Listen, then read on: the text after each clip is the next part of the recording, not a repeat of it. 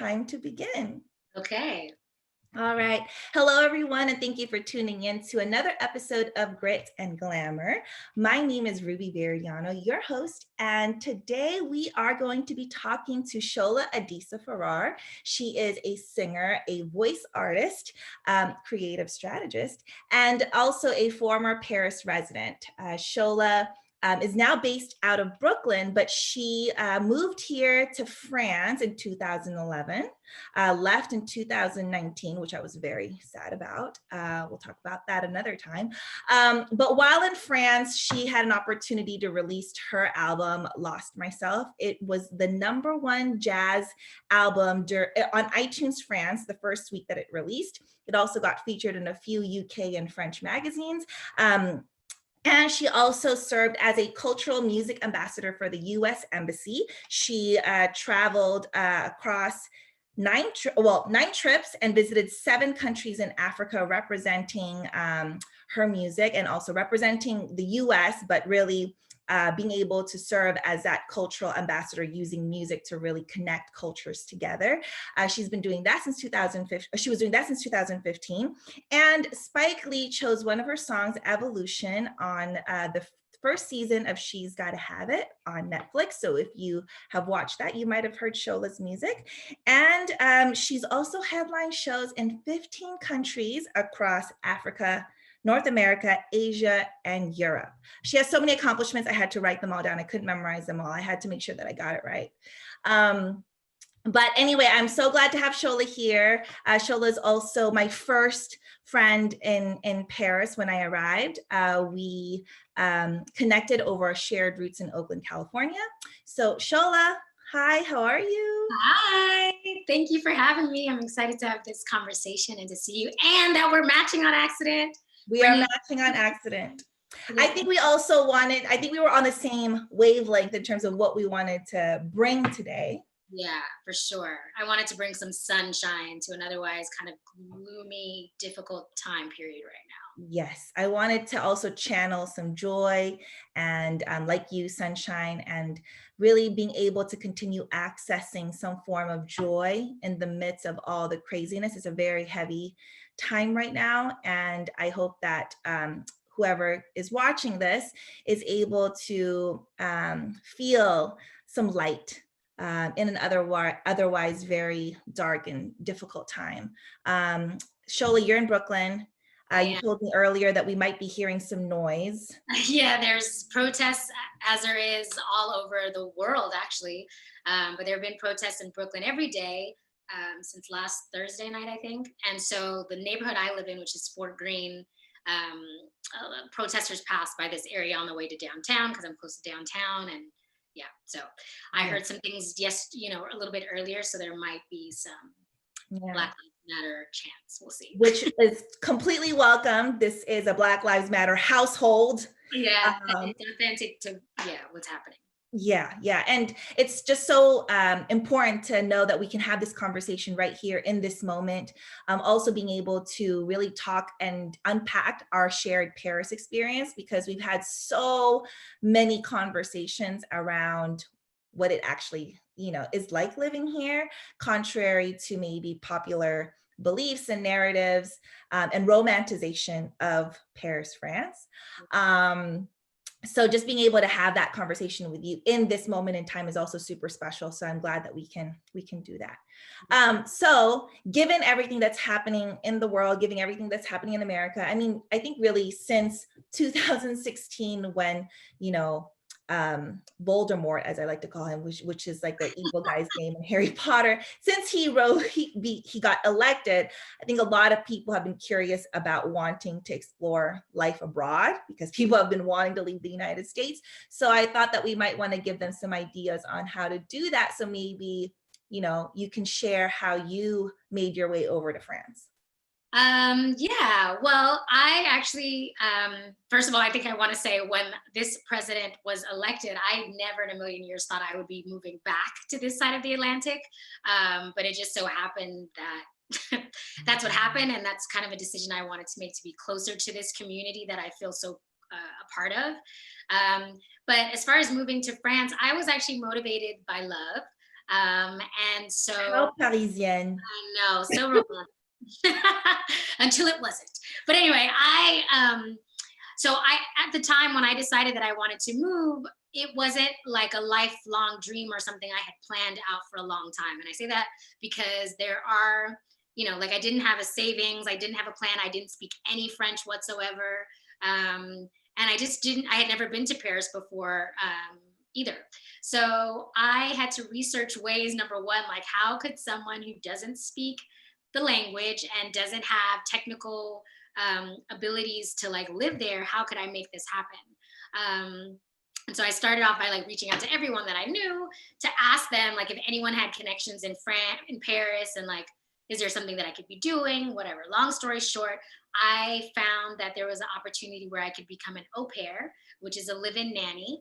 And there's qualifications to be able to do that. Like you had to be under 30. I think it's still the same now. You've had to gone to college and some of these other things, and had to be willing, of course, to take care of children in exchange for like a visa, spending money, a place to live, and having this French experience. And so I thought that was a good way for me to get there because I'm an older sister, as you are, Ruby.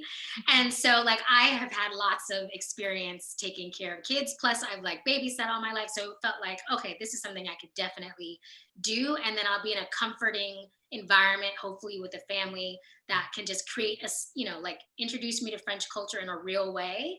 And also make sure that legally I'm safe. And so there was a program that was based in New York and Paris where they were doing au pair exchanges. And so I applied through that. And they were like, okay, it's kind of a weird time because I think I applied in October and normally people start in August. And so they were like, okay, we're not really sure if we can find you anything and you speak no French, but we'll figure it out.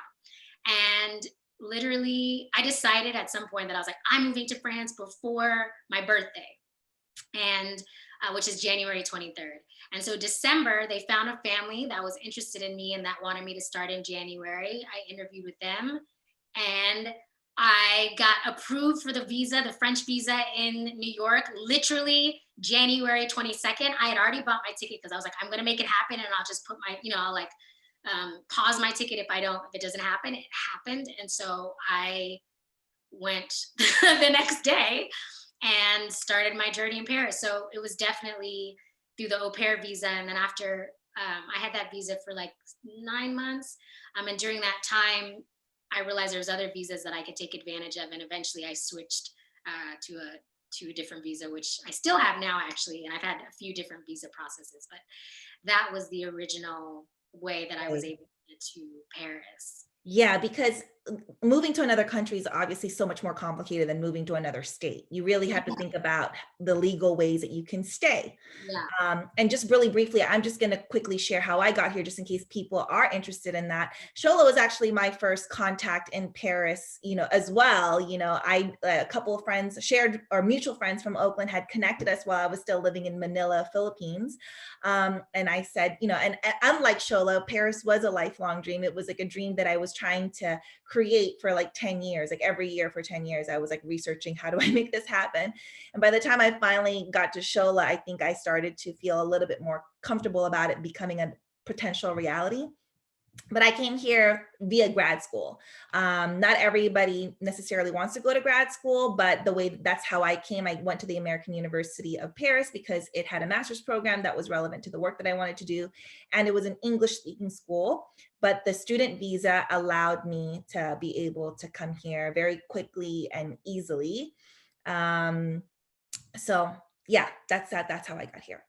So anyway, Shola, when we were discussing what topic we were going to talk about during the show, you were quite specific about wanting to talk about not only the Black American experience of living in Paris, but the Black American artist experience living in Paris. Why so? Because that really informed the experience that I had. I, of course, knew about Josephine Baker, who this is actually a book Ruby gifted me last year. Matches with everything. On accident. Ironically, a friend of mine from here sent me just kind of like a wanted to give you some Black excellence inspiration. And so he just sent me this postcard in the mail, during this time. So anyway, I knew about Josephine Baker, and she was one of the people that was on my wall when I was a little girl looking up Black American singing references. I'm a singer. Yes, we said that already. And so for me, when I came to Paris originally, I had no intentions really of singing. I was still, when I was in New York, I had worked in the music industry behind the scenes, and I was doing like project management work, but I wasn't pursuing music. I kind of got disillusioned by the music industry and wasn't really sure how I was going to explore my life as a creative. I was doing more acting stuff and voiceover work at the time. But when I came here, I realized, okay, nobody knows me.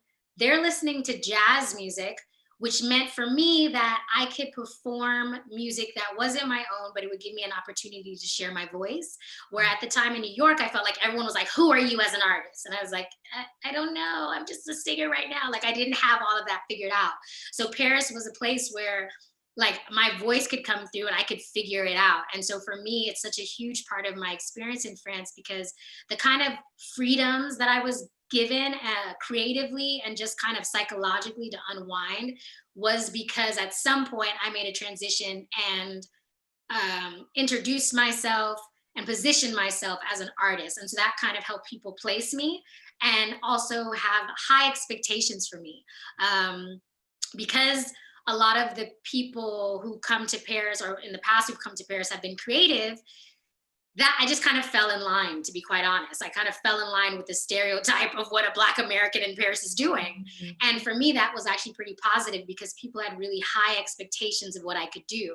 Unlike, again, in New York, where I felt like it was always show and prove. In Paris, it was like, oh, we know you're going to be good. We just can't wait. And I was like, oh, I'm someone who works from positive affirmation. I'm not one of those people who are like, I'll prove you wrong. Like, that's not really what motivates me. So that kind of positive expectation for me to be something great really helped improve my confidence, and helped me feel comfortable exploring. And just in general, outside of being Black, the idea in Paris is that art and the creative process is indeed a process. It's not just about the final result. It's really about living this artist's life and going, kind of feeling it out. And so that really sat well with me, because I was literally figuring it out and I did not have anything figured out. And so the fact that I was in an environment that nurtured that and supported that process really, really contributed to everything that I was able to do, because I just felt comfortable to do it. And so that's why, to me, it was important to talk about being an artist, because that was something that was like, I don't know if you say a golden chip on my shoulder. It was like something that helped me. It was kind of like a calling card. Not only was I American, which was positive, and there's a preface. When I moved there, Obama was the president. So generally speaking, Black Americans all over the world had a better, there's a better perception of Americans because of Obama. And like, it doesn't matter what your political swing is, that's just a fact. And so the fact that he was the president at the time and I moved there, people were already like happy about Black Americans and had a better perception of Americans in general. But then on top of it, the fact that I was Black American was like, oh, you're coming to our country to contribute something. That was the idea. Can we unpack that a little bit? Because you're talking about this expectation, and what is it about being a Black American that the French automatically assumes, oh, you're gonna bring something over here? What can you share a little bit more about that?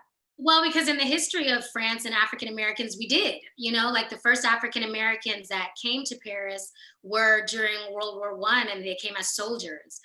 So they were fighting for kind of like the justice and peace of things. And also, in addition to like, they got the highest, these soldiers, these groups of soldiers got like the highest awards there were in France, and were really beloved by the French people. But in addition to what they fought for, physically being there, they also brought music and culture. And everyone knows one of the things that are most transported around the world is African American culture. We might call it American culture, but at the end of the day, it's African American culture, which is the music, which is the style, which is all of these different types of things that's exported all over the world. And so France is no different from being influenced by that culture.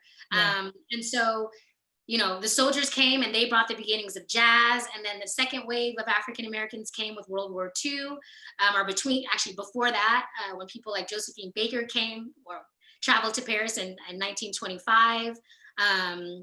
And like Richard Wright and James Baldwin came in the 40s. So there was always this sense that Black people who came to Paris had some creativity and intellect that they were contributing to the social and cultural Fabric. of Paris. And French people are pretty intellectual and like to discuss topics and debate. And so even writers and intellectuals have a real place in French culture because they're contributing to the dialogue, which is seen as something as very important in French cultural minds. So that's kind of the expectation, is that as an African American, you're definitely going to bring something, either culturally through music or dance or whatever, or intellectually through how you're thinking about things, the way you're processing things. And then the last little part I'll say about that too is that French people take pride in, and it's controversial, I mean, not this idea, but French people have taken pride in providing a safe space for African Americans when they didn't have it in the US. And obviously, the African American population does not represent Black people in France, because we're going to discuss that later. Yep. Yeah, we'll talk about that later. But that is the other thing, is that French people feel like, and they did for many, in many aspects, provided a safe haven for African Americans to go. So it wasn't only like, we're welcoming you, but you're also going to bring something. Like, it's a mutually beneficial relationship. And so I think that's the positive expectation that was bestowed on me when I went there, and I definitely benefited from that. Yeah, and I think that's a good way to kind of talk, like really ground us in the topic that we're talking about today, which is, what are the privileges of being a Black American abroad versus also living in that dichotomy of having that privilege, but then also having the setbacks of being in America. Can you share more about your experience in that dichotomy? Well, I think it's just kind of that. Like I said, I not being from France, there was nothing that felt off limits to me, because I don't know the social rules or social cues. Like when you're from a place, like being Black I'm from Oakland. I was born in Oakland, California, and then I lived in New York, when I went to college. So you kind of learn really quickly where you belong and where you don't belong. Just there's invisible lines of physical communities and spaces where you feel like, okay, there's not other people who look like me here, and this is probably not where I'm supposed to be for whatever reason. So the fact that I was outside of the culture coming into France, I came there like, I got a passport and I can do what I want, and in the positive way. Like I grew up, I understand there's an American kind of sense of like, I own anywhere I go, and I definitely don't come from that place. But I just moved around without feeling like I didn't belong anywhere, because I didn't belong anywhere. Being the fact that I was American, there was nowhere that I belonged. So I felt like nowhere was more or less off limits than anywhere else. Yeah. And so that's a huge kind of difference between being in the States, where whether you want to intentionally break the invisible barriers, what they are, and I didn't really know. And so I just kind of moved through France like that. And also I learned pretty quickly that obviously from the color of my skin, you don't know whether I'm, of African origins from the continent or from one of the French Antilles Islands. But as soon as I spoke, later I became fluent in French, but as soon as I spoke, it was like, oh, you're American, you're different. Okay, there's a different way we'll treat you. And I benefited from that. And that felt weird, because on one hand, it was like,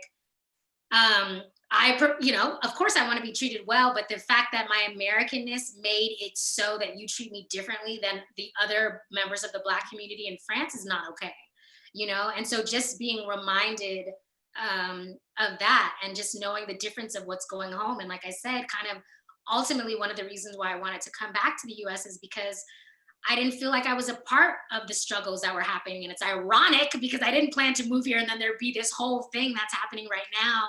Well, now you're part of it. Right in the middle of it. Like big time. I had no way of knowing, but I did have this pulling. And it's something that James Baldwin talks about a lot. Like, this sense of like, I'm living the good life somewhere else, but my people are struggling, you know? And I kind of started to feel that way too. And I don't feel like I have to struggle. And by no means am I struggling in the US. Like, let's be clear, I have a good amount of privilege, but the idea is that there's something happening and I want to contribute to the place that I came from and be a part of the movement that's happening there. And I don't want to escape life there because I can, you know, I didn't feel that sense about it. And so that kind of brings us back to the first question where you're saying people are like, I got to get out of here. And I agree with that. Like, it's important. I just think as a learning experience, it's important to live abroad, and no place is perfect, but there are definitely places that are kinder to African Americans than America. And I think a lot of Black Americans don't necessarily think about that. They assume that the way we're treated in this country is representative of how we're treated everywhere else. And that's absolutely, it couldn't be further from the truth. Yeah. But with that, if you are somewhat conscious or woke, there is this real dichotomy of like Blackness in those places, how it operates, and your Blackness being seen in different ways in different places, because in France, it's cultural capital. Yeah, well, and it's just so interesting because I mean, we're both, you know, you come from Jamaica originally. My parents come from the Philippines. So in the States, I'm looked at first as Filipina or Asian American or Asian first. Yeah. But outside of that, I'm viewed as American first. So like there is this kind of social currency that comes with an American accent where we can kind of somehow access different types of doors that we wouldn't necessarily be able to open in the US, which is very interesting. And then also mobility. Having an American passport. I don't think a lot of people in the States realize how actually important having an American passport is, because now that we're abroad and we're traveling, we could be traveling from somebody who comes from even the Philippines, and we could go to London. You know, as most people know, you can take a Eurostar train, which takes you to London in under 2 hours. And as an American, you can buy that train ticket right then and there and just have a pass through. But if you're from the Philippines, having a Philippine passport or maybe another African passport, you can't do that. You have visa restrictions. Yeah. So that mobility is a huge amount of privilege in regards to just the ability to move around. Yeah, I love that you said that. And I think, you know, Americans are notorious for not traveling, you know, compared to like Europeans, for example, who are all over the place. And obviously their countries are much smaller than America in general. But it's a huge privilege that we don't take advantage of. And I think my time in Paris, I basically tried to take advantage of everything I could. Like, if that was a point for me because I'm American, so be it. I'm gonna use that and make these moves this way. Like, I'm really taking advantage of the advantages that I had there, but maybe did not have here, you know? And so that's really important. And I think you're right.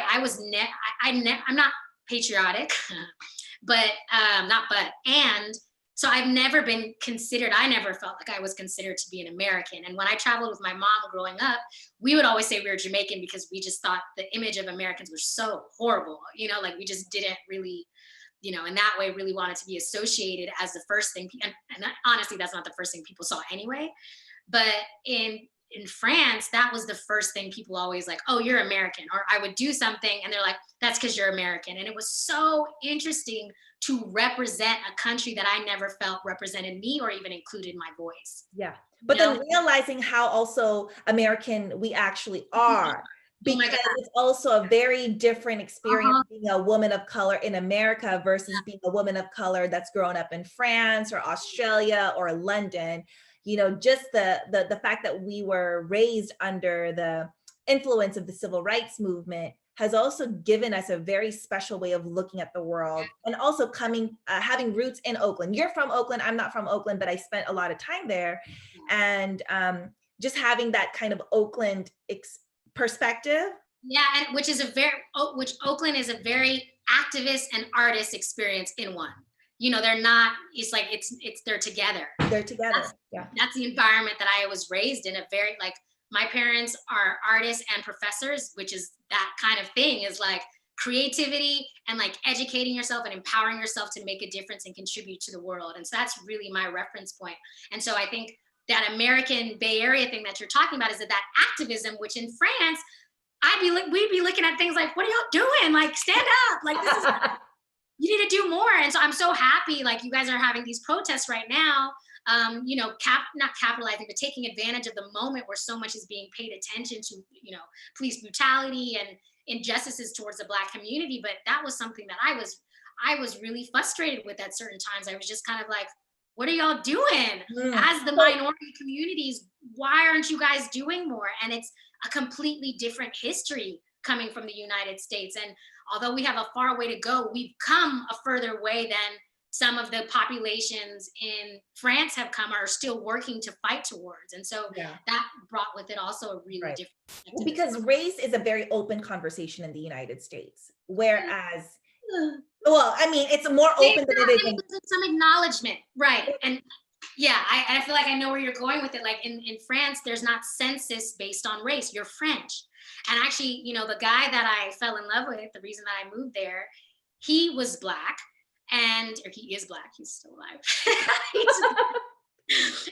And when I met him, he said his name and he was like, I'm French. And I was like, okay, and it was fine. And he really moved through the like, I'm French. And I never went anywhere. I never said I'm American. It's always African American, Jamaican American. There's always some prefix. And so that idea of like, how people are like, I don't see color, which is not possible. It means you're colorblind. But that idea is like France in some ways tries to erase this sense of like, there's differences, they don't really count it. So in a community, in different communities in France, they don't know, people know because they just know socially, but you don't know, there's no numbers to say, this is a 50%, North African population. This is a 20%, they don't have those numbers. Is that everyone is French. And so it kind of erases the individual, segregation and injustice that certain populations experience. And also it also creates a false sense of national identity that most people there don't subscribe to or even experience. But it's it's just a way that, so in that way, I understand you saying that race is not something people talk about because the idea is like, we're just French. And it's like, so on the flip side of that though, because we've had extensive conversations on like the argument of diversity and inclusion, US versus France. I mean, I also fell in love with a guy here who was 100% Asian like me, but also identified with being French, and I was like, what do you mean? Like, I'm Asian American. And he was like, what? And so I would always say stuff like, in Asian American studies class, he was like, why do you have to call it Asian American? Why can't it just be American history? So on the flip side, there's this, the way that they think about diversity and inclusion is very inverse to the way that we think about it. And whether or not I agree with it, I don't feel as a person living, as a foreigner living here, I can necessarily police how someone self-identifies because that's their identity. We have a very different context. But maybe you can help me explain the diversity and inclusion thing because, as in America, right? Like we pride ourselves on being able to recognize all the different communities, the Black American community, the Latinx community, Asian American community, But in France, their version of inclusion is being recognized as a French person because they have been othered, right? Right. So. I mean, I think obviously all these communities have had different experiences in the US. I think that just stemmed from I can only speak to the Black experience. Black people were excluded from so much that they had to create their own. So there's no way, if you have your own complete communities, there's no way you can say, and also Black people didn't have the same rights as Americans, as far as the right to vote or go to certain places and whatever. So that sense of national identity doesn't even make sense historically because there was no, we're all American. It was like, these are white Americans and they get to do certain things. You're the other and you can figure out what you're going to do over there, right? And so that alone just created a different, because we've had, in America, we've had a history of segregated experiences. So in that sense, to just actually wipe that away makes no sense. It just, and I think that's kind of the tension that we're in right now is that we all know what's happening, but people are not acknowledging like there is really a different experience. Like it's not being politically and universally acknowledge that there's a different experience and there's segregations that happen on a daily basis that change the experience and future experiences of Black families and brown families and every other families, and so without acknowledging that, we can't make change. And I think that's kind of what's happening now. In France, and I think this is really the biggest difference, is like the history of slavery versus the history of colonization. Colonization is all about, we're taking over your stuff and adopting you kind of have to conform to what we're doing, right? Which is completely different than slavery. Slavery is like, you do this thing. It's just a completely different form of domination and racism. And so I think that context of colonization, what that puts in people's minds is, you need to assimilate to this way of being. And so it makes sense then when people from African countries come to France, their idea is that I just have to become more French. It's not like I don't stand up. My own identity and my own cultural way is less important, and is definitely devalued. And so the way that I'm surviving is assimilating to this culture. And I think that's the French mentality, like France has colonized a lot of the world, not just Africa, right? And so the idea is assimilation. And you'll see when you go to African countries, because I've been to a lot of French African countries, there's a lot of French culture that is now their culture, which is not traditionally their country or African culture at all. Same in Vietnam. I've never been to Vietnam, but I heard the same thing.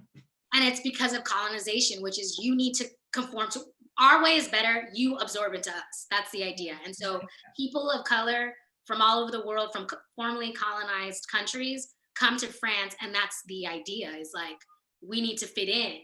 And so there is not, and then from the French side, there is not this celebration really of differences, because the idea is, our way is better, and you're supposed to be French, and this is what French people do. So adjust, adapt, do it. Well, remember the World Cup fiasco, right? Yeah. We oh my gosh, we talked this to death, like for like weeks, and I had to have conversations with French people about this, because I was seeking to understand, right? Because essentially, a lot of the people on the French national team were first generation, coming from mostly African countries. So Trevor Noah stirred up this whole controversy about how essentially Africa had won the World Cup.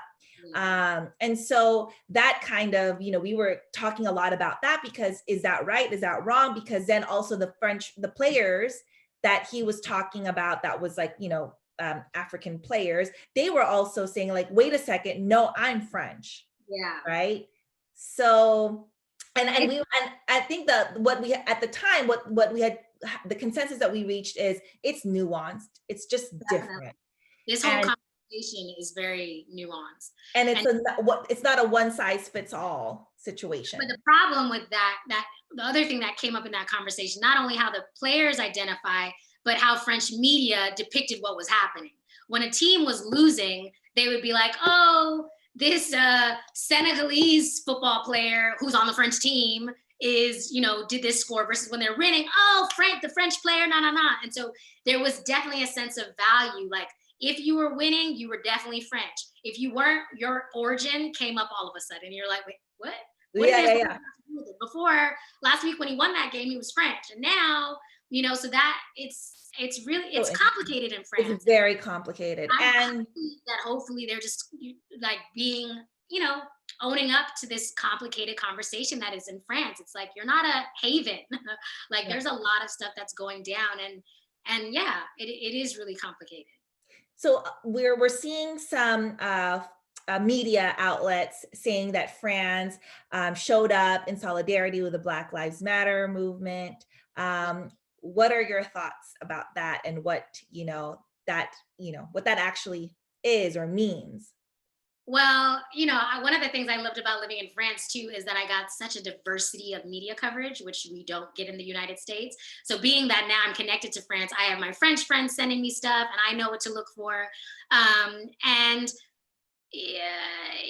okay, French people showed up for Black Lives Matter, but I think French people were also showing up for the Black lives that were lost by police brutality in France, and I think there's a lot of from the international standpoint, it's like, oh, all of these countries are supporting France, but I think these countries also, not sorry, all of these countries are supporting the Black Lives Matter movement in the US. But I think a lot of these countries rightfully so, took advantage of a moment where to say, we have issues too. Like I had a friend in Toronto, because I was sending a text to a friend, like, aren't you happy to live on that side of the border? He was like, we have our problems too. And so there was that day, it happened to be, there was a protest with thousands of people coming out to protest a police killing in Canada. And so in the same with France, I don't remember the young man's name who got killed in 2016 by police in France, but people really took advantage of that moment. And that's what they were protesting. It wasn't necessarily like, okay, US, and I'm sure some of it was, but I know the Black people, the Black community in France was like, let's take advantage of this moment to be like, hello, France, you guys are doing the same stuff too. Don't act like it's just in the US. It's very convenient to make it seem like, oh, the US is, they've always dealt with so many race issues and we're just like the model country. And it's like, no, Yeah. not so. It's just no attention on it. And so I felt happy and proud that this was a moment that people were able to use in London, in Manchester, in Paris, and other parts of the world to highlight what's happening in their own countries. Right. And say, okay, if you think Black Lives Matter, if those people in the US have the right to stand up, what about our communities here in your own country? Yeah. Yeah. And I think there's also like, there was this French journalist that was talking about how, French media and France in general doesn't want to acknowledge the fact that racism happens in their country because of the fact that it's colorblind. Yeah. And so her saying that like, basically the collective consciousness in France is that, oh, racism, that's an American thing. That only happens in America. So there's all of this kind of weird like romanticization around that too. Like they love to watch movies about slavery and like race relations in America, but they don't want to own up to the fact that, hey, guess what? This country also has its form of domination. It wasn't slavery. Not even also the originators. The originators. Triangle slave trade, France. Y'all were the people taking people all over the place. Hello. That's why there's so many colonies, because you are still in so many African countries. So yeah, the lack of acknowledgement always blows I mean, it's not surprising, but I just, again, I want to be hopeful and believe that like, hopefully these layers of conversation will start to happen where everyone, all these countries, not just the US, but France and Britain start to take, Portugal, Spain, start to take ownership of their implicit role in slavery and also racism that takes place all over the world. Yeah, 100%. Now, I would love to go back to like kind of maybe you explaining the Black French community, because I think that one of the questions that I remember getting when I first arrived here was like, oh, what's like by another person who was a Black American who came in, and there was like, oh, what's the Black community here? Like, is there like a big solidarity thing? Is there a big community? And I didn't, at the time, I didn't really know how to answer that because I was still quite new. Yeah. But as I understand, there's not necessarily the same kind of unified Black movement as it happens in the US as it is in France. And maybe you can help me break down why that is. Yeah, well, I think there is a different, like I said, there's a difference in experience. There's formerly colonized African countries that speak French, or Francophone countries. So they have a different experience. And then there is, just as far as like, if I just could be really basic about the different types of Black people there are in France. So there are those people who are from like Burkina Faso, Senegal, Congo, the Ivory Coast, those kind of countries. And then there's people from French Antilles who, I mean, depending on how you think about it, who might still be colonized, from like Guadeloupe and Martinique and French Guyana. And they have a different relationship because they're considered French. Like they have a French passport and like they go through the same French schooling system, like versus a colonized African country, which is a completely different experience altogether. And so I think based on where you're from determines what kind of community you feel akin to, because someone who's from Guadeloupe has a completely different experience being Black than someone who's from Senegal or from, like they just have a complete, or North Africa, which that's a whole different conversation as well. And also mixed in with religion versus like Muslim and all that. That's a whole different episode. So that's the basic, thing. Whereas in the United States, I mean, I'm from Caribbean origin, and my mom is the one who immigrated to the United States. And when she moved here, her Caribbean people were telling her bad things about African Americans. So there is a lot of that too. Like the Caribbean community is different from the Black American, just strictly Black American community in the US that is tied together by the similar experience of slavery, even though there was slavery in the Caribbean islands as well. But in France, I think it's even more differentiated based on your country.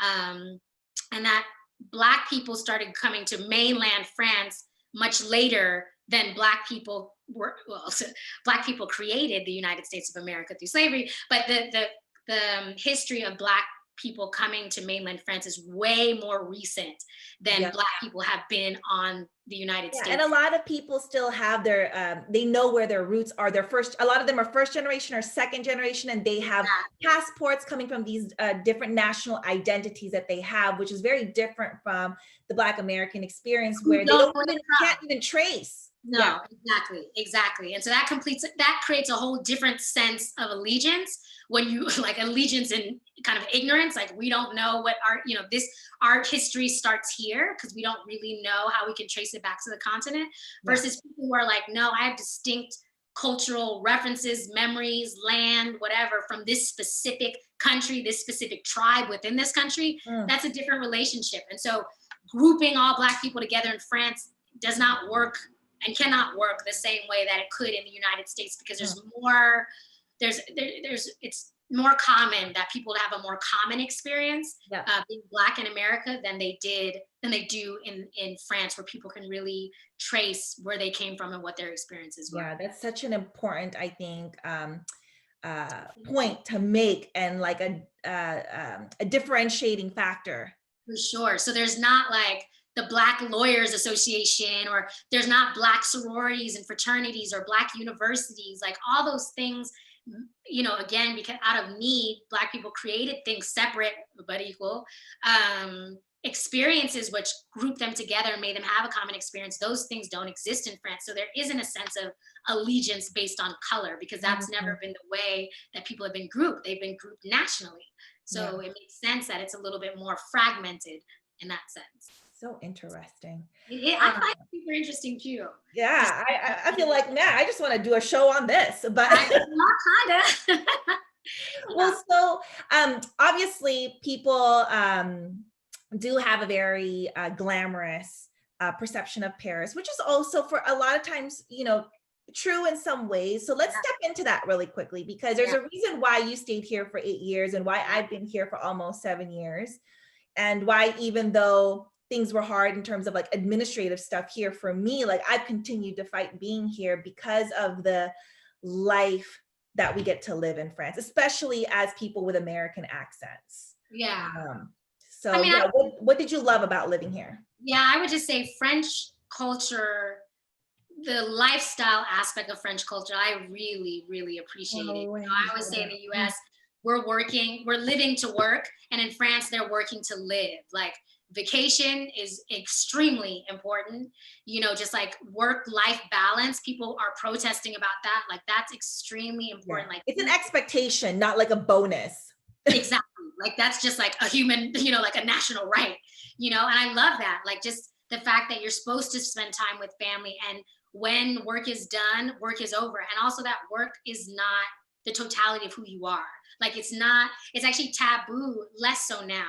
But when I moved there, it was really, really taboo to ask people what they did for work. Like you just didn't do it because you're not summing someone up by what they do for work. And so it would be something that I would have to learn, like after meeting somebody, it'd be something I would learn over time. Whereas in the US, like that's one of the first 3 questions. Especially in New York, that's a very stark. Yeah, because you're just sizing someone up. You're trying to understand someone, and what they do is how you understand them, or how you place them socioeconomically, like it helps set up class, all the things. Where in France, that wasn't part of the conversation, which was something that I mean, it's part of my conversation because I'm a creative and that's part of how I live, but just in general, that was something that I appreciated. And just kind of the simple pleasures, like that I could get a fresh baguette every day at the boulangerie and it'd be €1, you know what I mean? And and things that are considered luxurious in America are very accessible here. So champagne, when we were here, we drank I mean, I still drink champagne, pretty regularly because it's accessible. we can grab a bottle of champagne and take it to the Seine, and there we have it. We have the most luxurious afternoon without having to spend any Like money. that here, like I brought that part of French culture with me, like that it doesn't have to be a big celebratory stuff. Like let's just have champagne. Let's just do this. Let's have a glass of wine and all of those things, and just taking your time. That's something that ultimately I also did not like, but the sense of taking your time and there being a process towards things, and just enjoying the moment was something that I always really Yeah, I mean, the l'art de vivre, right? It's like really the art of life. It's about like really, essentially it's mindfulness, yeah, because now I could just be perfectly happy having just a cup of coffee on my courtyard. And yeah, like, that's totally free. Like, you yeah, know, like I make the coffee at home, but I can just sit there and have a moment to myself without feeling like I need to rush it. It's like, no, I'm going to take my time to enjoy this pleasurable moment. yeah. And And enjoy. And I mean, that's what I always told people who'd come to visit. Like in the US, when you go to a restaurant, for example, like as soon as your meal's done, you need to get up, go. Like you're not making us any more money. In France, you can get, a €2, I guess, espresso or something, a cafe, and you could sit there all day and like write in your journal, people watch, whatever, and no one is gonna move you. And so just that idea of like being, like you said, mindful and present and enjoying the moment you have now. And it does not have to be luxurious. You don't have to go to a spa to do nothing. You could do that every day at your neighborhood cafe, yeah, and I really, really appreciated that and really bring that with me now. yeah. And yeah. And the art of the French dinner, I feel like that's something that's super Yeah, the important because ceremonial part of it.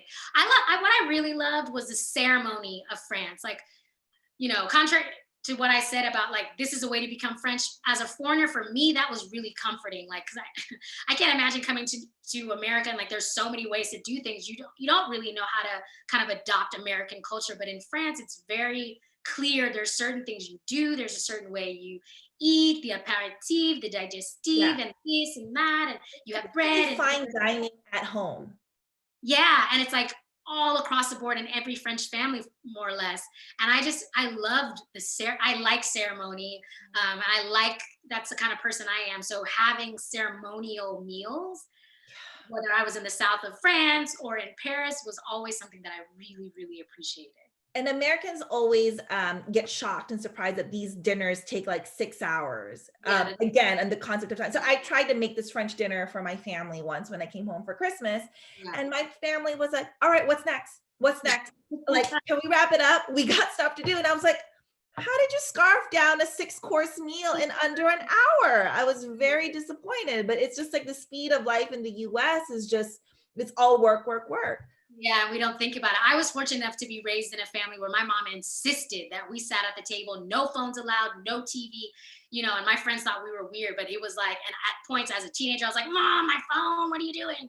But I love it and I so appreciate it and want to pass that on to my family. But so it was easy for me. And like I said, it was something that I really enjoyed. Like I'm like, ooh, we get to sit at the table and like have this whole moment and like just be present with each other. I don't have anything else I need to do, and why not? I really, really appreciate that part about French culture for sure.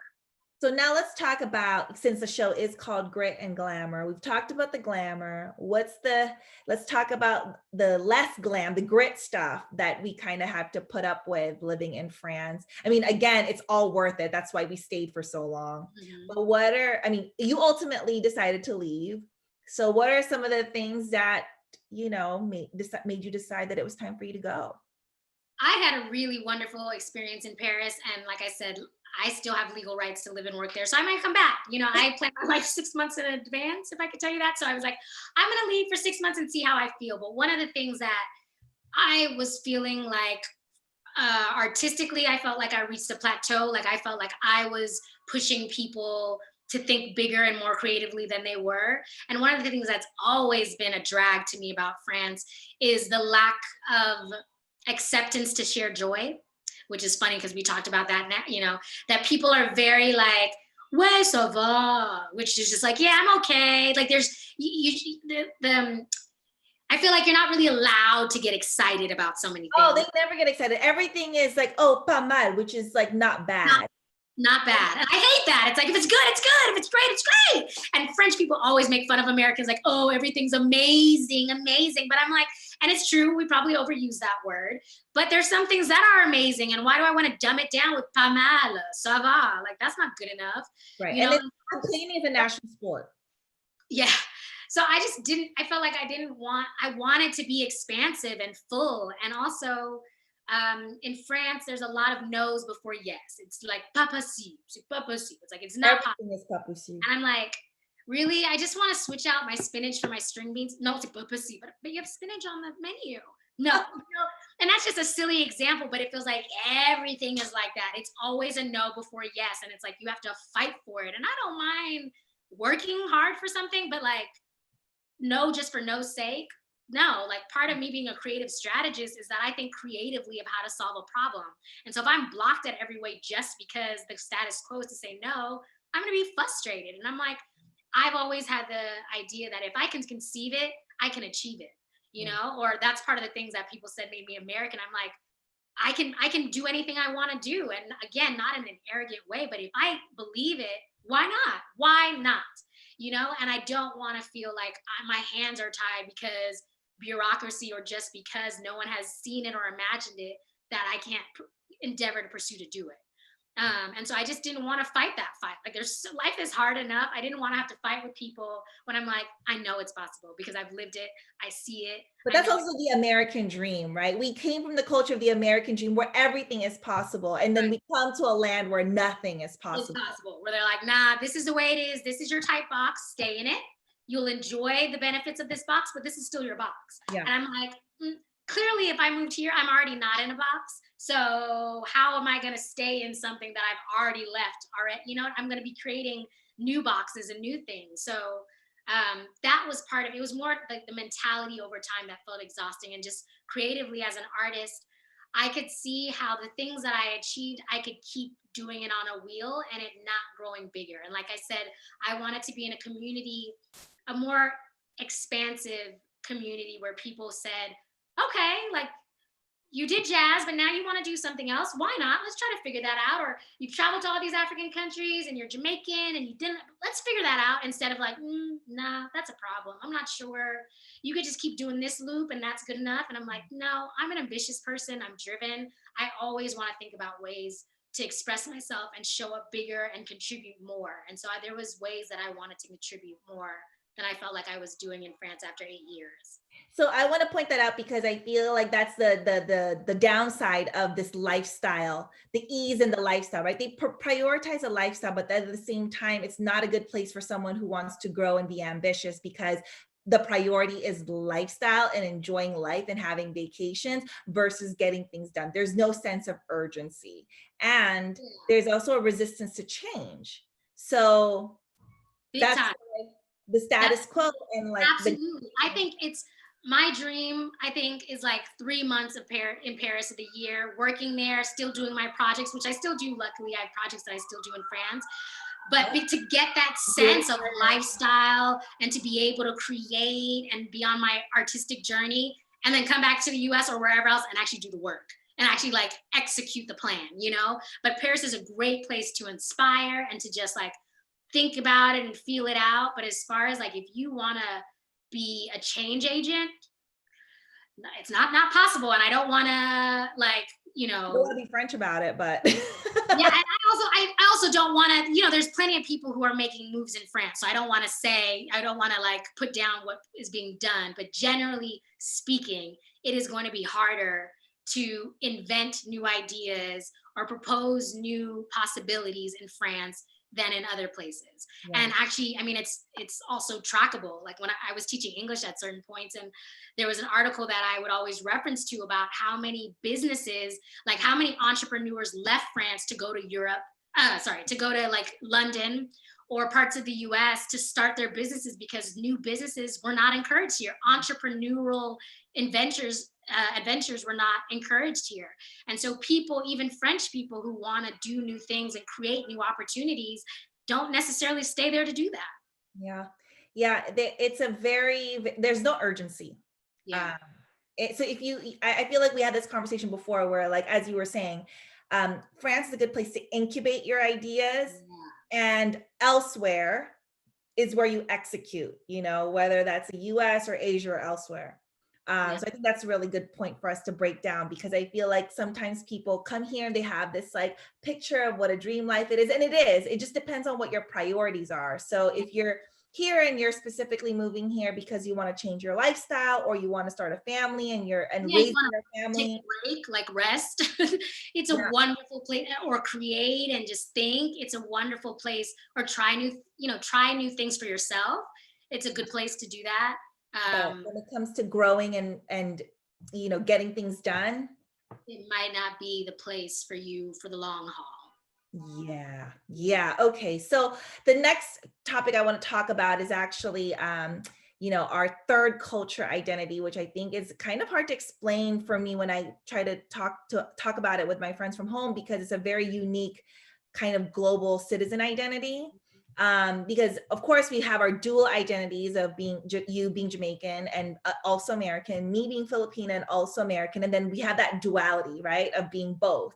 But then there's this other thing, the third culture thing, that comes from just having an international experience. Like, we have lived in France, and also visited so many other countries. So we have this other international lens, and that also brings about a different identity. Yeah. Yeah. I'm still trying. We talked about this a few weeks ago about I'm trying to write my story. I'm trying to figure out how to encapsulate all of the experiences that I have in saying who I am, because it is a pretty unique experience. And my travels internationally, not only living abroad in France, but traveling throughout the continent, and other places like Kazakhstan, and really being up in there, like it really changes my perspective on things. And so it's definitely a unique position to be in, and I don't know how to explain it to people. Yeah. It's just Well, we can maybe do an example, right? Because yeah, we had this struggle, just as you said a few weeks ago, when we present ourselves, we have a very unique dilemma, yeah, because the way some people, most people who are doing their elevator pitch, right? If they live in America, they probably perfected that elevator pitch, yeah. and it might be shocking for a performer and a storyteller to struggle with that, but but I think the unique issue that we have is that we are constantly in different cultural spaces and cultural contexts. So the way that I would introduce myself to an Asian contact versus a French contact versus an American contact is all different. And that's why it gets really confusing, because in America, you want to stand out, you want to like be as like, this is who I am. But if you do that in France, people are not going to respond well to you. And even in Asia, there's a different way that you present yourself that's more about humility and collective mindfulness. So even that alone is a dilemma that not everybody has. Yeah, there's a real sensitivity that we have to cultures. It's just what it is. And so when you have that awareness and sensitivity, you also, and when you're actively working with different cultures, you're actively working with parts of that Asian community. I'm actively working with all these different communities. I have to adjust to how I will be best received, because I want to communicate well with people. My goal is not to just be like, Shola, this is it, take it or leave it. Like, no, I want to have an exchange. And so that means I have to take you where you are and be sensitive to your cultural norms and figure out how can I best fit into this landscape, you Right. know? And so it is a challenge. I mean, like, I love it. But then when it comes time to, now I'm in New York and I'm like, people are like, so tell me about yourself. I'm like, that's a loaded question. What do I lead with? What decade do you want to know about? Like, what part do you want to know about? And I have no idea where to start. I'm a little bit confused, Right. So yeah, that's something that's still a work in progress, and figuring out how to, like I said, like really create your story that encompasses the complexity of your experience, and the complexity and diversity of your experience. Yeah. And I think what's also unique about it is that because we've been vacillating between so many different types of people and cultures, I think what's unique I think that's the same for you, is that we've been able to really connect with people regardless of where they're from. And I think that's such a gift that I think we all need to cultivate, especially in this time when things are so divisive. Like, I know that we both, even for example, just generation wise, I have friends in Paris that are like 80 and up, that I just, that I never really had in the US. And that, I think just the fact that you're an Anglophone, English speaking person in France, you gravitate towards other people who also speak English, but that opens up the connection that you might not normally have in the States. Yeah, like yes, because of those things, you're connected to people that you might not have otherwise been connected to because you're automatically outside of your comfort zone and your own circle. So you're just, yeah, you're moving in different spaces, which is a great opportunity, but it's also difficult, and it requires you really to be flexible and open, and to share other parts of yourself. And that's actually where the French part could be good, because you're not just like, I am this. It's like, I am a person who thinks this way. These are my ideals. So you can unify with people versus on various different things than you might have in other contexts, because you have to, Because we do have so many international perspectives. One thing that I found valuable is that I'm around people who don't think like me. And I've learned how to dialogue with people who don't think like me. And I allow their perspective to also help me shape maybe a different angle of what my viewpoint is. And I think that we need that now so much more than we ever did. Yeah, for sure. I mean, that's what I was raised believing the benefit of travel is to really just understand different people's lifestyles and different people's perspective. Like we said, neither of us realized how American we were maybe until we moved to France, The Philippines, and I was the American girl there. So France was my first live abroad experience, and you're from the Philippines, but going after having lived in America, going back, that's a different experience than having been born there. And so for me, that was really the first time. And it's funny because now I spent a lot of time in Jamaica. I also realized the differences too between certain mindsets in Jamaica, that America, as close as my family is and as close as, some of the cultural things are, I realize that too. And it just makes me hypersensitive, which I think is a positive thing. And like you said, during this time, the only way that we can make change and move forward is being more aware and conscientious of the different experiences that people are living. Like, not assuming that anything is monolithic. Even the Black experience in America is not monolithic. Every Black person is not doing the same thing, thinking the same thing right now, fighting for the fight in the same way at all. And so I think that's really important to know use the word again, which I forgot now, just like the complexities and also the nuances of experience. Yeah, and cultivating our ability to like really be open to people, even if they don't think like us. Obviously, if they're Especially when they don't think like us, because you have something to learn and something to teach, possibly. Why not? Yeah, exactly. Well, we're wrapping up the conversation, and I have just one last question for you. So, for people who are considering the move abroad, would you recommend it? And what advice would you give someone who's considering, someone who's like, look, I'm out of here?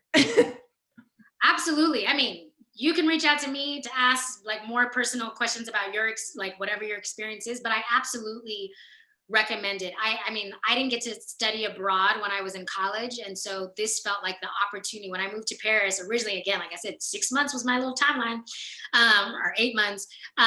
It's an invaluable experience, and living in Paris has absolutely changed my life. And I think you just have to remember that every experience has positive and negative things to it. Because I always say, because of course, being there I've seen a lot of people come through Paris and leave Paris. And a lot of people are like, I'm going to be here forever, and then leave within the first 6 months. Whereas people like me who are kind of like, oh, I'm going to see, ended up staying way longer than people who are dead set, like, this is a place for me. And so keeping an open mind is the most important part, and like getting as much information as you can from different people who are living there, who've had that experience, and thinking about what you want to get out of it. Like, ultimately, I think I wanted to get love, which I didn't get. But beyond that, I was really open-minded about, this is just an opportunity for me to learn about myself and to challenge what I grew up thinking and see in a different context that still holds true, and to learn about other people. And that I absolutely got. And it's a gift that keeps on giving. So if you go into it with that kind of perspective, you'll definitely have a good time, because you're just open. Yeah. And that's kind of the best advice I would give, is be open to the experience and not kind of set up what it must look like or how you must feel. Like, give yourself grace, which is also the message that I'm passing on during this time in general. Like, Mm. give yourself grace. We are going through a time, and if you live abroad, you'll be going through something you've never gone through before. So give yourself, extend yourself compassion and grace to feel uncomfortable, to feel upset or nervous or anxious or unproductive. Like, give yourself grace and you'll have a better experience in life. Yeah. And I want to add to that, in that, like, it's not necessarily advice on how to get here, but more so like, dare to imagine that this life could be possible for you. Like, design the life that you want to believe that it's possible for you, because I come from a very humble Filipino family. We're a family of immigrants. We didn't have a lot of money growing up. We had a very modest upbringing. I mean, we were comfortable and there was a lot of privileges in that, but we weren't necessarily like, you know, having all these luxuries growing up. And my parents worked really hard to get to where they're at, and I'm so proud of them. But I never imagined like at a young age growing up in Sacramento, California, which is a place that where nobody really leaves Sacramento, California, or it's very rare that people leave Sacramento. So at that time, living in Paris was not even in my radar. And when I walk down the street here all the time, I still pinch myself because I think, oh my God, how did I do this? But it's possible. And being able, I think, coming from communities of color, I think sometimes, especially immigrant families, we are raised with a scarcity mentality, but I truly believe that it is our divine right to prosper. Hey, yeah. You know, our ancestors didn't go through all of that only for us to play small and to accept these little boxes that we're supposed to be in. It is our divine right to prosper. I love that, Ruby. Yes, absolutely. Yes. And you can create, and like both of us have since created a life of our own design, like living how we want to live and creating a different lifestyle. And yes, take advantage of that, right? Like I said, you might have this passport and you're not using it. Take advantage of these things that you have, because your life could be so much bigger or just more rich than you imagine based on the experiences that you allow yourself to have or to even dream up. I love the divine right to prosper. I love that. I'm going to be taking that in a week.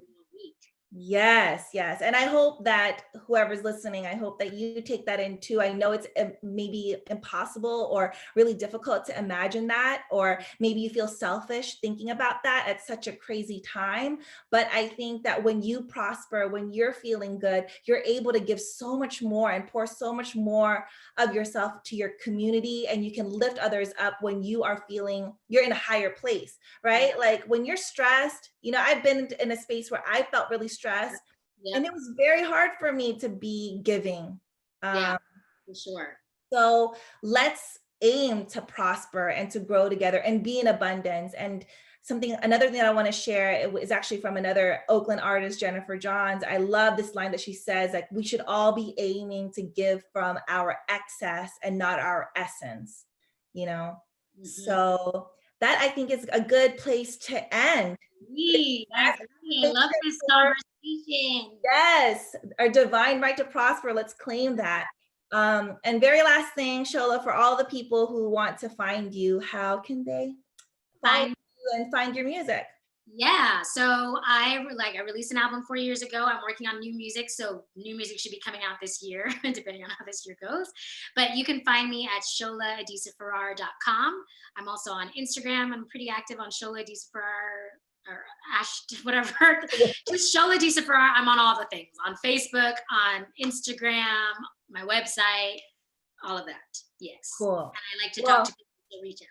Yes. And if you have any questions about music or just Paris life, you are all welcome to reach out to both me and Shola. And you can find me on Spotify. That's where my music is. And when I do collaborations with other people, that you'll find the music there too. Perfect. Yeah. I think you should all go to Spotify right now and look up Shola. That's what my album looks like back there. Plug. That's my vinyl. So yes, that's that.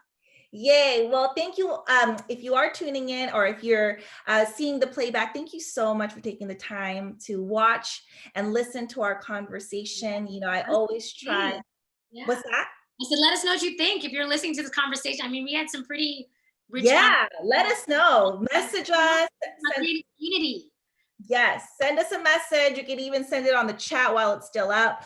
But thank you all for watching. As always, this is Grit and Glamour conversations, honest conversations about the grind toward the glow up that you don't see on the gram.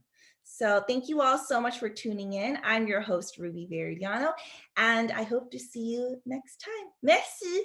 Au revoir. Au revoir. Okay, let me